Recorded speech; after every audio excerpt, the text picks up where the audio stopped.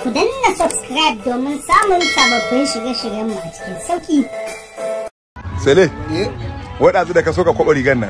Kai, ai da na kwaɓa rigar nan ɗan wurawa sai an yi ruwa saboda a wanke dattin da na zubar. To misali, yanzu mun zo nan gurin an ce za ka sai Maltina. Haba dan maukaciya ne ni zan sai Maltina idan ina ga dan asibiti. A sai mun yi ma in na warke zan ce alasina wanda ya sai Maltina. Ni fa ruwa za a kara mun fa nace a kara fiya wuta. Likita yace kai dan fitowar uwan ka ba fiya wuta. To sai ne zama fiyan ka mana. To na rabe da Allah da na kwanta asibiti aka ce na kai mata ta tana nakuda. Likita yace kai da ita duk kuna buƙatar ruwa. Aka ce ita leda uku. Aka ce likita yace kai ka ci uwan leda sai dai gala. Nace to dan fitowar uwan mu abin mu rasu. To wai me yasa abun mamaki shine? Ka san mamakin da ka bani? Ga kudin aljihu na. Ka san mamakin da ka bani? Wai da ba za ka iya sayan plan naira 1200 ba. To kai in banda kai mahaukaci ne idan na sai fulan alaji ai ne wa yara na na yi wa yara na mugunta. To ma in tambaye ka dan Allah. Wa yara na tabare? Kana in dala in tambaye ka. Tsakanin ka da Allah ka san iyaka adadin kudin ka. A ya za san adadin kudi na alaji. Ni na san adadin. Wani ne ya sa miliyan 100 a banki. Kuma ya tafi sai dai shekara ma baya kasan nan.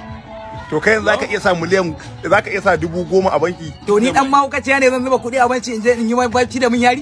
A yi ba ni da hankali ba kenan. Kuɗi yana katsana ni ina da wura iya bacci. Kai alaji naira tana aljihu take naira. In tana ni wannan ke zuba kuɗi a banki ko soko ne. Alquran soko nake dauka. Kawai kai ne.